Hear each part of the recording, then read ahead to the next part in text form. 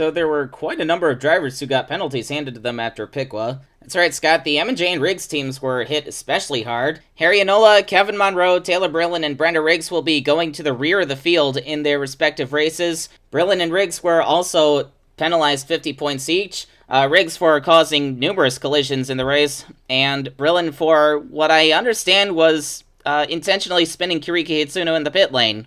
Yeah, apparently Hitsuno and Brillin bumped into each other before the race, and that made Brillin spill her drink. And I guess she swore revenge on Hitsuno. That is the dumbest thing I've ever heard. Well, that's what happened. So she endangered a whole bunch of people in a crowded pit lane just because of a drink. That's something I would expect from a certain driver in a certain pink 68 car. I don't think that penalty was harsh enough. Yeah, I completely agree with what everyone else is saying. That was really childish of her to do. I also forgot to mention that Scott Morales, the Groves Racing driver, was also penalized 25 points. If you remember from the race, he was turned coming off of turn 2 a couple times, and he didn't exactly make the best effort to stop his car before flying back up onto the track and collecting other people. Who knows, maybe he's learned where the brake pedal is. Anyway, moving on to another story that has been developing for quite some time, but it was only brought to our attention recently. A group calling themselves the Total Auto Racing Decency Society has filed complaints against Power Steering Incorporated, Bigsby Foot, as well as ARLA for the number 14 Tonnerre Thunderbolt driven by Bigsby Foot. They claim that there is obscene imagery on the Sasquatch machine. Here is the car in question. Do you notice anything, Earl? Well, looking at the hood, that's some pretty unfortunate placement of that logo. Oh, wow, I kind of forgot about those body lines on the Thunderbolt. So I can kind of see where they're coming from, but I can't really call that obscene, though I would still suggest changing that paint scheme. It just looks silly. Anyway, on to the race.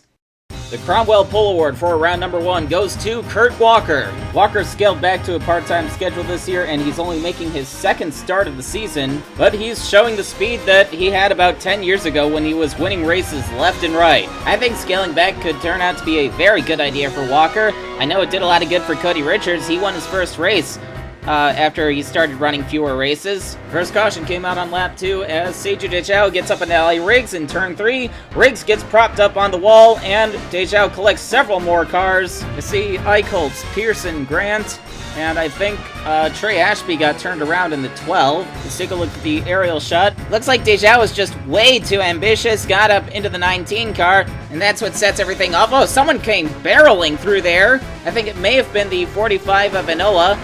Here we are on board Robert Scott, who actually got through this mess and gained a ton of positions. And that was Harry Enola that just came flying in without using much of his brakes. He could have wrecked several other cars, but he didn't. And now here is Kurt Walker continuing to lead after the restart. He started to get a big lead at the start of the race, but then that caution came out. And here's another quick caution to evaporate his lead again. I think this is Brian George in the 81. Andy Pearson comes flying in, makes contact with Lawrence Burr, sending George into the wall and around. And Kurt Walker is still the leader after the restart. That's Ali Riggs on his inside. She's a lap down. Oh, contact with the 98. Kurt Walker goes into the wall. Wow, Ali Riggs did not seem to be paying any attention at all, and now Walker loses several spots. I know she's trying to get back on the lead lap, but that was just ridiculous. And now Walker's developed a tire rub, and he's going to have to pit. So now Walker falls out of contention through no fault of his own after having a great start to the race. But in the meantime, this will leave the battle for the lead up to Michael Madrigal and Herbie Finkelberg. Finkelberg will take it without much of an issue. Lake Ruel will follow for second. I'd like to point out that Madrigal was the only M&J driver to have actually kept his nose clean last week. And now Finkelberg is starting to pull out to a big lead, which we've come to expect from the Speed Vision cars this season. But here's someone we didn't quite expect to see near the front this year. You have Jenny Kuznetsov in the 82 for Rus Autosport. Kuzi, as he is called by his developing fandom, made a few starts in the Team Master Cup Series last year for the struggling Togliatti and Tutino operations. And the only real time he got to shine in those cars was when he showed some very impressive car control in the monsoon conditions at Vancouver. But this year he's running Arla full-time, and he is third in points coming into this race. Oh, and it looks like Lake Ruel just hit the wall in front of him. Contact between Ruel and the 82. But that's going to move Kuznetsov up to 5th. Here we have Jim Moore and Tiffany Matthews battling for the 16th position. Moore is making his second start of the season, and Tiffany Matthews is coming off of a 7th place finish at Piqua. But in the 2 races before Piqua, Carbondale and Road America, Matthews didn't even make it past the first couple of corners. Yeah, but when she's not wrecking, she typically has a very fast car, as you see that she's able to hold off the 28 of Moore, and that probably didn't come too easily for Matthews, as the Great Lakes team is typically very fast whenever they show up. On lap 27 of 125, Harry Asinola has made his way up to 27th after starting in the rear of the field. He had to start in the back because at Piqua he had a collision in the pit lane with his team owner Brenda Riggs. I do believe those two have had at least one incident in the past. I believe at Mossport last year they did have an accident with each other. Yes, but at Piqua, Enola took full responsibility for the collision, so I don't believe there's any bad blood between him and Riggs. And I saw that Cody Richards and Seiju Deschaux got together with each other behind Enola. And you also just saw Brian George in the 01 coming out of the pit lane. Here he is making that unscheduled stop, but we're not too sure what happened with that car though. And on lap 31, Bobby Portel is blown up from the 10th position. SAR unreliability strikes the Michelin Sons team once again. I wouldn't have been terribly surprised if they were leading the championship if they weren't having all these problems. I agree, they've been on top of their game everywhere but the engine department. And now here's the third caution of the day as Ali Riggs slides in front of Kiriki Hitsuno. Riggs goes barrel rolling into turn 1 and launches clear over the guardrail. We were rather concerned about this incident, but fortunately Riggs was able to climb out of the car, and it's a very good thing that the people who designed this track seem to have planned for cars flying over the guardrail, because there's a lot of runoff in between the guardrail and the actual wall. I have to say, that flight really reminded me of Vijay Prashanda back at Talladega. And once again, it looks like that Ali Riggs just wasn't paying any attention to her surroundings, and this time it's going to take her out of the race. Herbie Finkelberg continues to lead after the restart. Michael Madrigal and Eric Jackson are right behind him. Here comes Lawrence Burr in the 9, trying to get his lap back, but Finkelberg will have the preferred line in 3 and 4. Lawrence Burr almost slides up into the 96. Looks like we've got another guy getting a bit desperate to try to get his lap back. And then we get another caution. A 4-wide situation results in contact between Jason Bates, Jim Moore, and Lucas Sweeney. They come flying back up into the wall. Lucas Sweeney flips over. Trey Ashby gets propped up on top of the wall. This is the second accident that Trey Ashby's been involved in today, and there goes Isaac Leitner in the 7. He had a quiet and solid run at Piqua last week, but now he gets dragged into an incident. Here it is again. Everyone just seemed to run out of room, and they had nowhere to go but up into the wall. Lucas Sweeney actually kept the car going, but his damage was terminal. Michael Madrigal and Eric Jackson made pit stops under this caution, which will put them in the back for the restart, which immediately saw the next caution. Harry Enola slides up into Yevgeny Kuznetsov, taking both cars into the wall. Kuznetsov goes over. David Krikorian and Scott Dalitz are involved as well. Kuznetsov slides back down the track. Oh, he gets hit by Bixby Foot in the 14. Enola was still working his way up through the field. In fact, he had cracked the top 10, and it looked like he just got too ambitious. This is not what Kuznetsov needed. He was, again, 3rd in points coming into this race, but he will be skipping the next 2 races to run in the Team Master Cup Series. That's going to set him back as it is, and this accident certainly won't help. Bob Steffens has made his way up to 2nd on this restart. Joseph Howard and Laura Cyrus are right behind him. But watch for the 16 car of Rick Tyler. On the inside, he dives into turn 3, but he can't quite make it stick this time. But that's how you should be trying to pull off passes in that corner, unlike what we've been seeing from a couple other drivers. And now Tyler is going to complete the pass in turns 1 and 2. Our next caution will come out as Calvin Arailer and Harry Enola get together. Blake Ruel gets collected. Enola comes flying back up into the wall. Andy Pearson is collected. Enola flips over. Cars 45 and 46 would both drop out of the race, as well as Andy Pearson in the 2, who was just clipped by the 46 car. He was a completely innocent victim. Pearson goes rolling down the banking. He actually gets his car going again, but he would have to drop out anyway.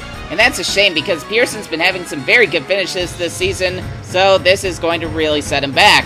And then the next caution would fly immediately after the restart. George Bryan in the 01 and Laura Cyrus in the 02 are sent spinning after contact with Joseph Howard in the 17. Cyrus would get spun into the pit lane, and she was joined by Isaac Leitner, who was headed to the pit lane anyway. And then George Bryan would get together with Todd Stater, another car in that previous incident. Stater is sent spinning to the inside. He slams into the pit wall, and that will take Todd Stater out of the race. After the restart, here comes Ebenezer Quiggles Jr. with a bid for the lead. He doesn't quite make it work, but he will try to hang on to the second spot, although Bob Steffens and Libby Bell are now coming after him for the position. I expected to see Bell up front at some point in this race. She's coming off of her Team Master Cup Series debut at France last week. She didn't exactly make too many friends in that race, but she seems to be putting it behind her, and now she's going for her third consecutive victory. Our current points leader holds the 5th position right now, trying to fend off a challenge from Leslie Riggs. I certainly expected to see Riggs coming up towards the front as the laps click away. She always seems to have something planned for the end of the race. The 9th caution comes out as Ebenezer Quiggles seems to get tired of George Bryan in the 81 holding him up. He turns Bryan into the back of the 7 of Isaac Leitner as Leitner is pitting. Let's go on board with Brian George in the 81. He's just minding his own business, and then he gets turned into the back of the 7 car. Leitner continues on, but George Bryan would have to drop out. When Kurt Walker had to pit after that collision with Ellie Riggs, he was 3 laps down. But now, as he remains ahead of leader Herbie Finkelberg, Kurt Walker is back on the lead lap. He's really been taking advantage of all these cautions and the rule that states that lap cars have to line up on the inside on restarts. But it seems that Finkelberg is determined to make sure that Walker stays a lap down, and here comes Finkelberg back around the 98 to keep him at bay.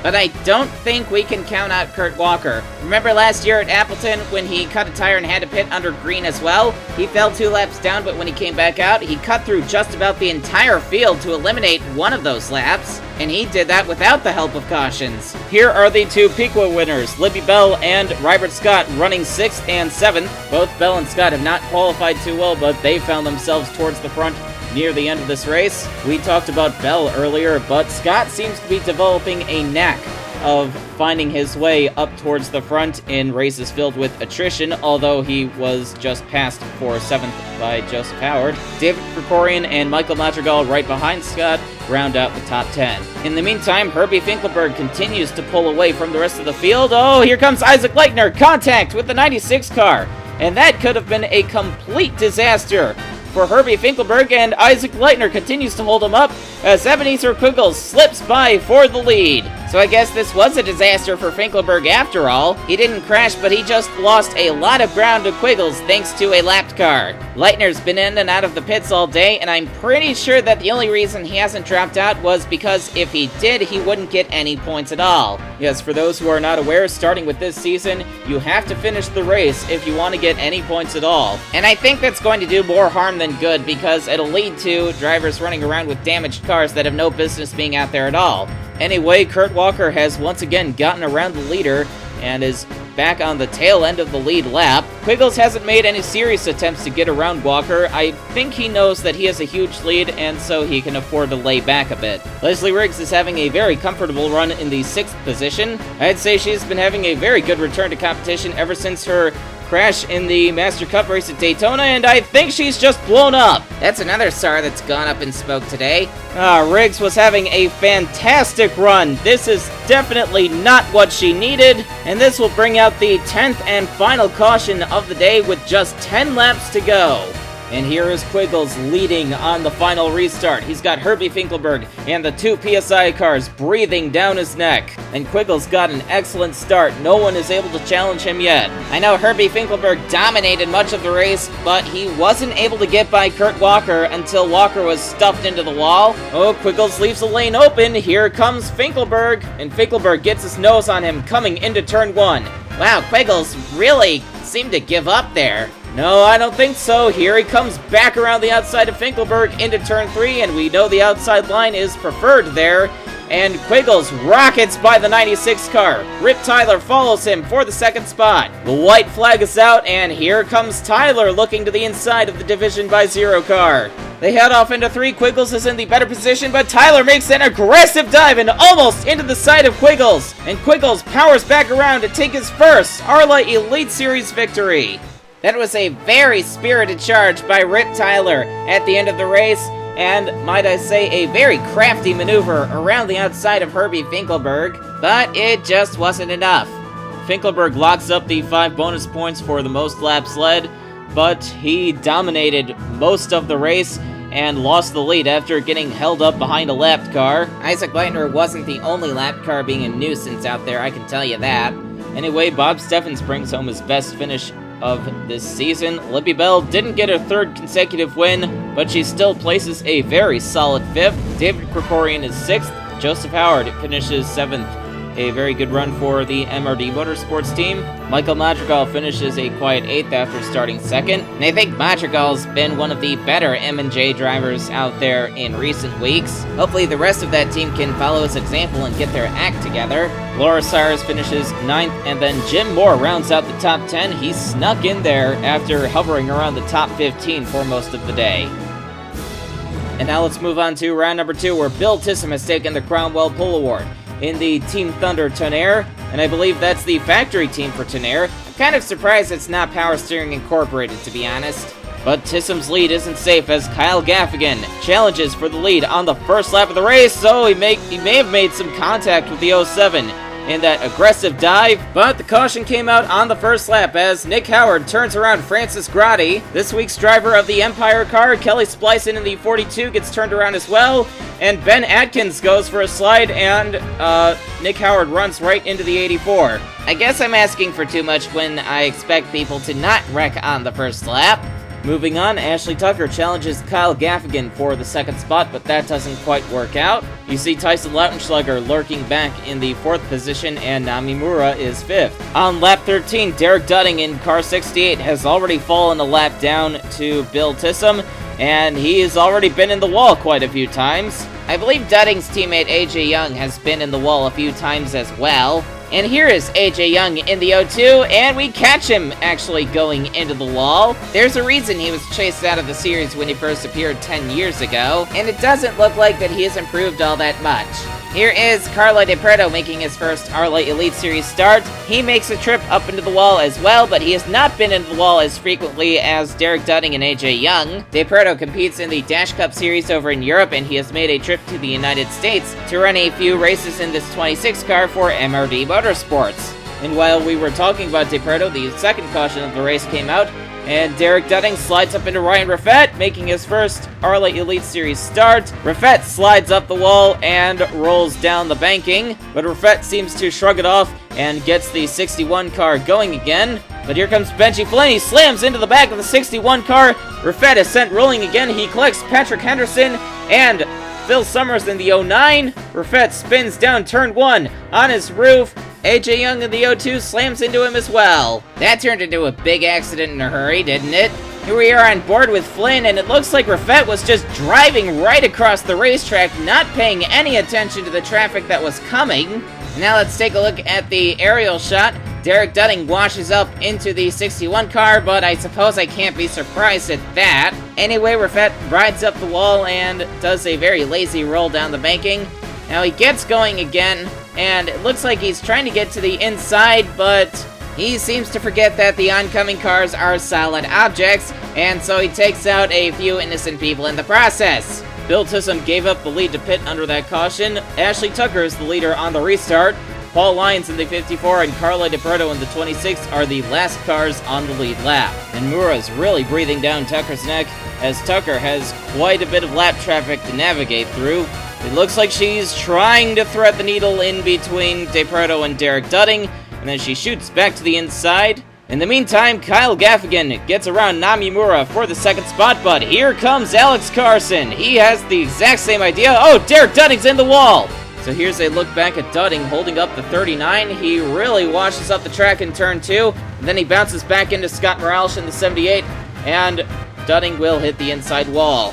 And I see smoke coming out of the 68 car. Derek Dudding is done, and oh, what is he doing? He seems to have driven himself into the pit wall, trying to get himself corrected. Several of the leaders came into the pits under this caution, but Kyle Gaffigan was among those who didn't, and so Gaffigan will lead on the restart with Alex Carson and Bill Tissem in 2nd and 3rd, and Tissem wastes no time getting past Carson for 2nd. I know that Team Thunder has had a very fast car in these short track races, and I think they're going to get a very good result if they don't have a mechanical problem. In the meantime, Kyle Gaffigan gets by the lap car of Jason Teller, using Teller to keep Tissem at bay, at least for a little bit. Taylor Brillin has won the 2 most recent races at this track, and she's been working her way up through the field with teammate Kevin Monroe. Oh, she makes contact with the 84 of Ben Atkins. Brillin slides up into the wall. She's up in the air and rolling down the turn 3 banking. Brillin comes to rest on a roof, but she was able to keep going after being flipped back over.